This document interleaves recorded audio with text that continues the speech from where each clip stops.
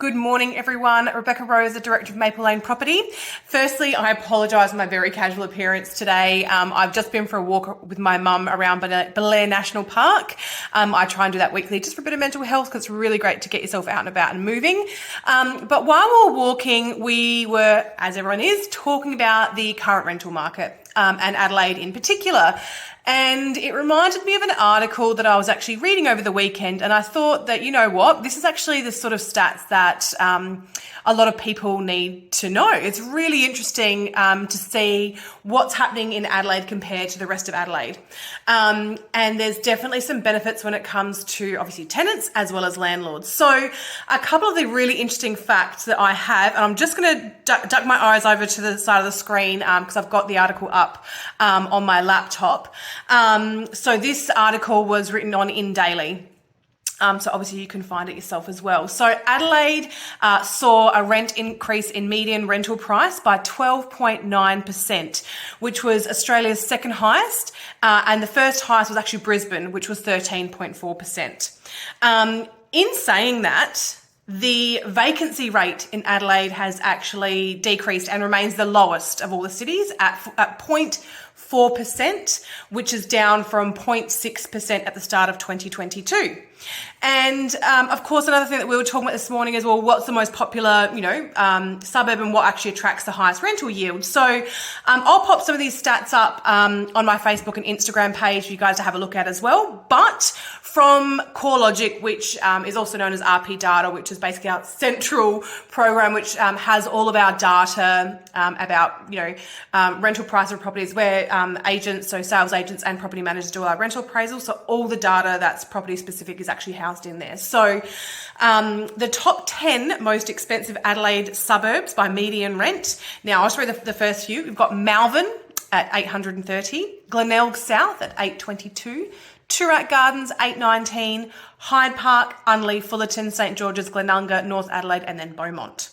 And the most affordable Adelaide suburbs based on median rent is Salisbury at $345 per week, Salisbury East $346, Kilburn $355, and then we've got Elizabeth South, Elizabeth Grove, Semaphore, Elizabeth North, Brooklyn Park, Plemsig, and St Mary's. So it's actually just really interesting to get a bit of a snapshot as to what's happening in Adelaide.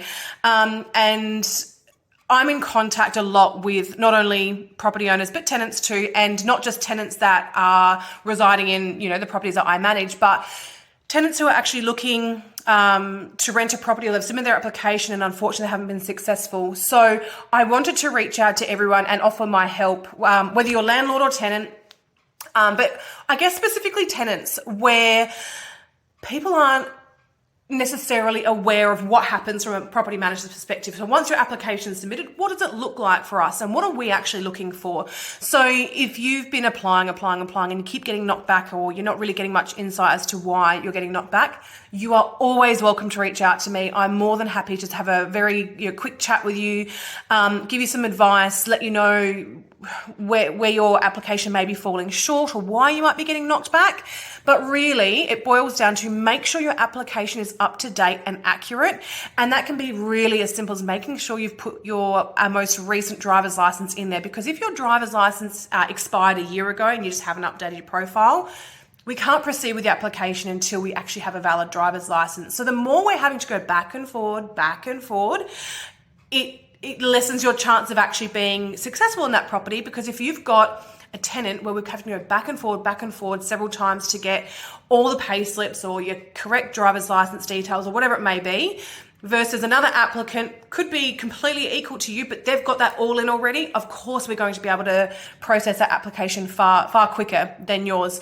And that's not discriminatory, it's just simple. When we're getting 50, 60 applications, we just have to keep powering through with the ones that we have that are most up to date. We'll always give everyone an opportunity to submit additional information, but sometimes the market's so quick there's not that 24, 48 hour window. So my advice is get all your portals up to date. So you've got tenant app, one form, tenant options, whatever it may be. My properties are all done through To Apply and Tenant app, which is the same particular program, but some people refer to it differently. make sure it's all up to date. And landlords, if you've got a property where you're not too sure if you're getting the right rental yield for your property, or if you're not too sure that your property manager is able to get you a really good quality tenant, because that is key in growing your wealth with your investment property, not charging $50 extra than the actual rental market. It's actually getting yourself a really good quality tenant who loves and cares for your property. And that's going to then in turn result in lesser turnaround time. So we're not going to have to, re-advertise your property every year. Of course, circumstances change, and it means that those tenants are going to look after your property. So the wear and tear and the repairs that you'll have to do in that respect will be far less as well. So landlords, you are always welcome to reach out to me just to do a really quick health check on your current investment property. Once again, one of those things, no obligation. I'm truly just here to help because I want the best for everyone. So if anyone has anything you want to chat to me about, flick me an email, give me a call. I'm always here to help. But in the meantime, guys, you have a fantastic afternoon, and I'm going to go doll myself up to go out for an afternoon of meetings. So I'll chat to you soon. Bye.